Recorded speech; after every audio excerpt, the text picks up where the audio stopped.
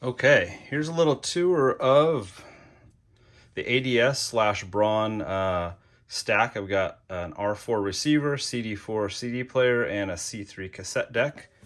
I am listing these as parts only, and I'll show you why in a minute. Actually, a lot of things do work, but there's a lot of things that are need some TLC. So everything powers on.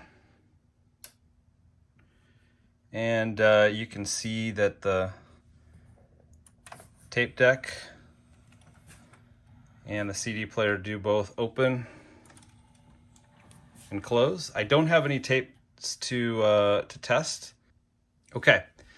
As for the receiver, oh, and one other thing, neither of these doors stay shut on the receiver or the CD player. The knobs on the tape deck need some help. I'm going to remove these for shipping, but they probably need some little TLC there. Oh, and now look, now this won't open. I don't know what happened, but before it wouldn't close, now it won't open. So I'm not going to mess with it. I'll tape it shut. Be your problem. What I will say is that on occasion, the volume will just start going up or down on its own, and I suspect it's a ribbon cable or something attached to this door that may have gotten damaged, but I'm not going to take it apart to find out. So it's hard to reproduce, but it does happen.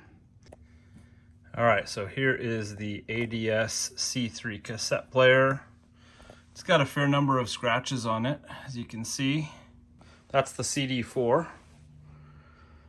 And we'll just take a look around it. It does have some scratches along the front, little nicks really. But let me show you the CD here. All right, let's show you how the CD works and what problems it might have. I'm using the TV input actually, because the CD one has that ground issue. So let's see what happens here. Sometimes it plays fine, but a lot of times the time skips around all over the place. So let's see what this does.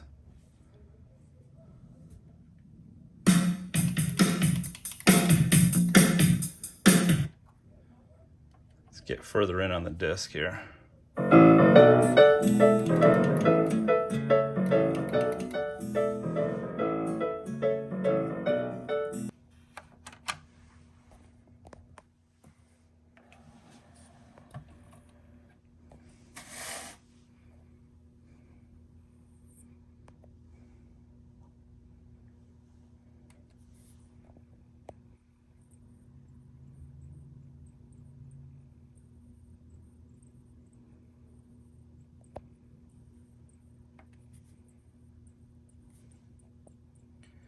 You can see that the tracking of CDs is not exactly what it should be.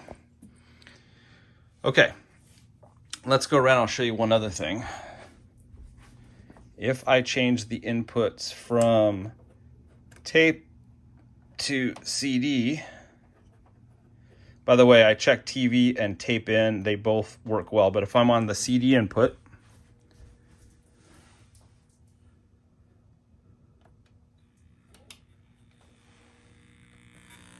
there's a buzz. So I'm not sure what that is, but CD input, not so good. Tuner does work.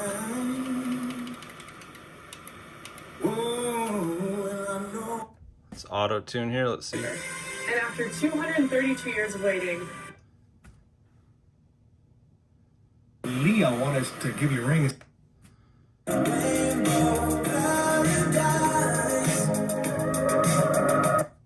Tuner's actually a good tuner. It's quite nice. All right, now here's the cool thing. This remote, it works. Of course, the little 9-volt battery connector needs to be fixed properly, but with a clever use of a rubber band, I got it to work. But check this out. Volume up. Power. It works.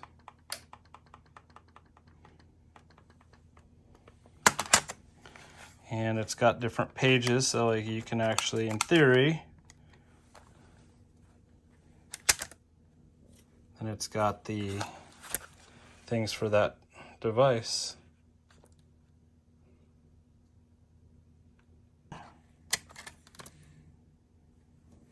Oh, you can do your sources right from here.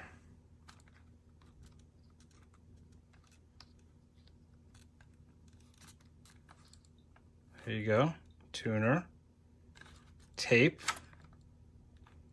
Yeah. So yeah, that's the tour of these guys. They'd be perfect for someone wanting to have a project, probably not a fairly difficult project, frankly, just because, you know, getting parts and such. Also, I do only have one of the transport screws for the tape deck, which I will use to ship these. There are grounding pins here, or shorting pins. And yeah, the switched outlets do work. That's how I have them hooked up. You do have a switch for 4 or 8 ohms on the speakers. A lot of, I think, balanced inputs there for things, even a speaker remote. Not sure what that does. You can do a moving magnet or a moving cartridge for the phono input. I don't have phono available right now to test that input.